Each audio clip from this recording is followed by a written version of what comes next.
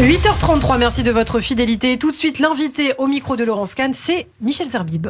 Michel Zerbib, bonjour. Bonjour Laurence. Alors, nous allons revenir à présent à l'actualité judiciaire de cette semaine. Une semaine marquée par la poursuite, bien sûr, du procès des attentats du 13 novembre 2015. Et puis, cette affaire concernant la yeshiva Beth Yosef, située à Bussière, dans l'Est parisien. Michel, nous allons commencer, si vous le voulez bien, par cette affaire de maltraitance, avant de revenir bien sûr au procès, aux attentats, au procès des attentats du 13 novembre. Affaire de maltraitance supposée à la yeshiva de Bussière, un village de 500 habitants à 60 km à l'est de Paris.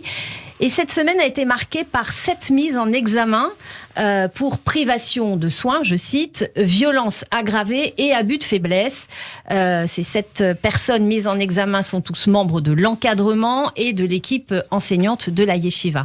Mais avant de nous donner plus d'explications sur ces mises en examen, peut-être, Michel, rappeler les faits. Que s'est-il passé à la yeshiva Beth Yosef ? Alors, qu'est-ce qu'il s'est passé, Laurence ? C'est d'abord un choc.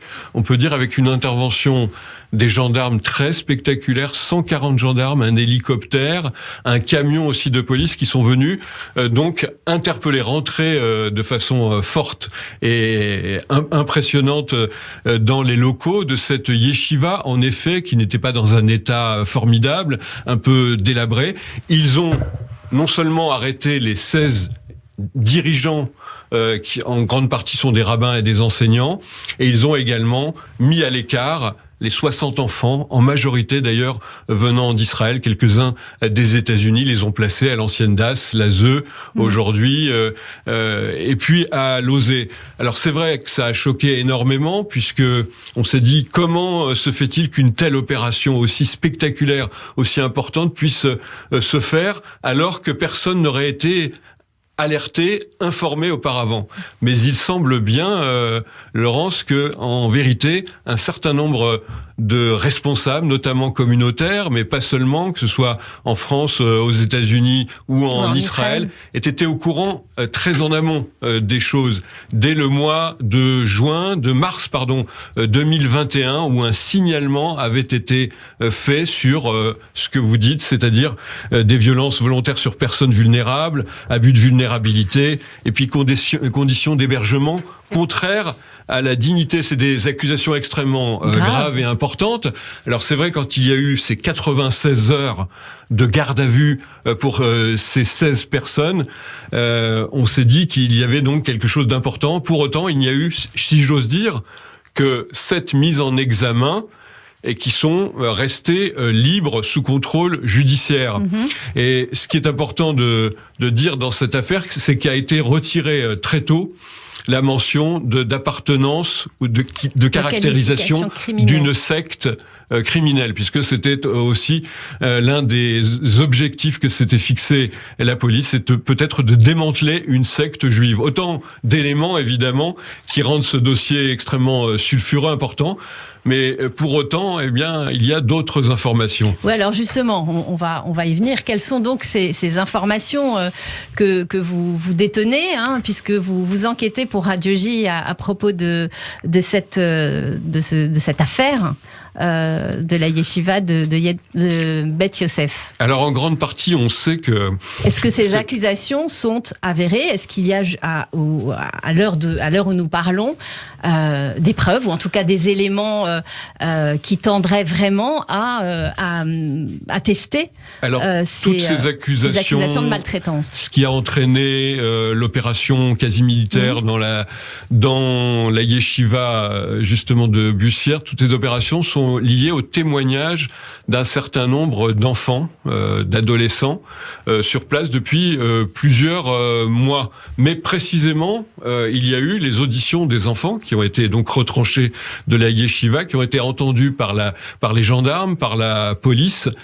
Une grande majorité d'entre eux, on peut le dire ce matin, n'a pas du tout décrit ces effets psychologiques, ces violences physiques, cet état de pression sur eux. N'a été retenu pour l'instant, apparemment, selon nos informations, que les témoignages à charge, qui sont crédibles d'ailleurs, et importants. Et c'est vrai que un certain nombre de personnes qui se penchent sur le dossier pourrait dire qu'il y a une disproportion entre les moyens mis en œuvre. On sait que la yeshiva était mise sur écoute depuis plusieurs mois, que le jeune homme qui a sonné l'alerte, vous vous souvenez, on en parlait, c'est-à-dire il s'était échappé de la yeshiva et en vélo pour aller se plaindre auprès de l'ambassade des États-Unis dont il était le ressortissant. Ce jeune homme, apparemment, était aussi, lui, coutumier de violence. Donc son témoignage, malheureusement, pour être battu en brèche, c'est vrai. Un certain nombre d'autres témoignages diraient qu'il n'y a pas eu, en fait, toutes ces violences qui ont été commises sur les enfants. L'enquête ne fait que commencer en vérité. Donc les prochaines étapes par rapport à cette affaire. Alors les prochaines étapes, l'enquête ne fait que commencer. L'instruction va durer à peu près 1 an et demi, et il va y avoir d'autres auditions, notamment des enfants qui vont être réinterrogés, même si tout cela, la majorité d'ailleurs d'enfants venant d'Israël et un petit peu des États-Unis ont été rapatriés dans leur maison familiale. Donc la suite dans l'une de vos prochaines chroniques, Michel. Bien sûr. Alors retour à présent devant les assises spéciales de Paris où vous suivez au jour le jour depuis maintenant 5 mois le procès des attentats du 13 novembre. Cette semaine a été marquée, on le disait, par les auditions des 2 principaux accusés, Sofiane Ayari et bien sûr Salah Abdeslam. Après 79 jours de procès, Salah Abdeslam s'est enfin exprimé sur les faits et a d'ailleurs d'emblée minimisé son implication dans les attentats. Qu'est-ce que vous avez, vous, en tant qu'observateur, en tant que chroniqueur judiciaire, retenu de cette intervention de Salah Abdeslam? Est-ce que le mystère Salah Abdeslam, dont on a beaucoup parlé, a été enfin levé ou est en passe de l'être? Alors c'est vrai, vous avez raison, tout le monde attendait cette audition de Salah Abdeslam. Tout le monde se demandait d'ailleurs s'il allait parler, parce qu'il peut faire comme d'autres accusés, faire valoir son droit au silence.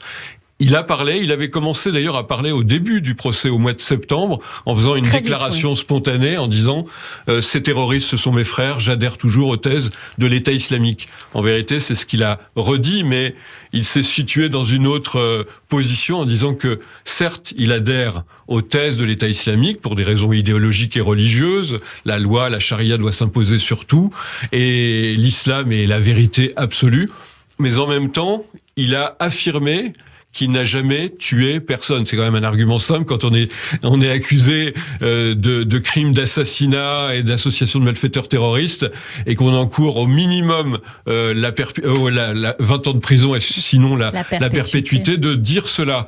Mais on peut... c'est ce que je disais tout à l'heure dans la chronique, Laurence, on est quand même assez surpris de la médiocrité du personnage, la banalité en fait. Vous demander le portrait que vous tirez de cette intervention de Salah Abdeslam. Quel homme avez-vous senti au travers ces déclarations Salah Abdeslam fait des déclarations alors qui se veulent informatives, mais il utilise en vérité ce procès, on le savait, comme une tribune pour l'islam politique, pour l'islam guerrier, pour l'islam conquérant. Et c'est ça, Salah Abdeslam, c'est un individu banal, qui n'était pas du tout radicalisé à la base, peut-être qu'il ne l'est toujours pas au plan religieux, mais qui va passer du jour au lendemain d'un individu qui n'a aucun problème au plan social, qui est bien inséré dans la société à Bruxelles, à Molenbeek. D'ailleurs, sa mère l'a expliqué très bien. Absolument. Il n'y avait aucun souci, on n'est pas là dans une dérive d'un désespéré, malheureux, supplicié. Non, il va vouloir, lui, s'identifier à ce qu'il considère comme ceux qui ont été humiliés, qui ont été massacrés, qui ont été soumis, c'est-à-dire notamment les Syriens sous la férule de Bachar el-Assad. Et c'est comme ça qu'il va passer. Je veux, dit-il, adhérer, je veux défendre mes frères, et pour moi c'est important, même si j'étais un noceur, je suis sorti, j'ai aimé les femmes, la boisson, le vin, mais là tout ça passe en dessous de cela, puisque je suis aujourd'hui engagé véritablement dans un combat supérieur. Mais on s'aperçoit que finalement il est malheureusement facile de devenir un terroriste fanatique. Il suffit d'avoir en effet se faire convaincre qu'on est un humilié de la terre, et aussi s'habituer au goût du sang. C'est ce que font d'ailleurs les instructeurs de Daesh.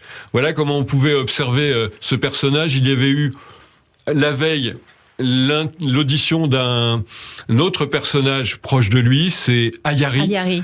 Qui a donné une image encore plus effrayante, puisque lui, doté d'une intelligence supérieure, parlant un français extrêmement précis et des vocabulaires choisis, a écrit, a caché un certain nombre d'informations, tout en voulant donner l'impression que, effectivement, le Daesh n'était plus en situation aujourd'hui de frapper. Mais si je puis dire, Laurence, on en parlait tout à l'heure, ce qu'a dit de plus important Salah Abdeslam, on le répétait tout à l'heure avec Ilana, c'est ce qu'il a annoncé comme une sorte de prophétie macabre. Il a dit il y a beaucoup d'agents dormants. Bien sûr, ils n'ont pas tous disparu en janvier 2015, en novembre 2015.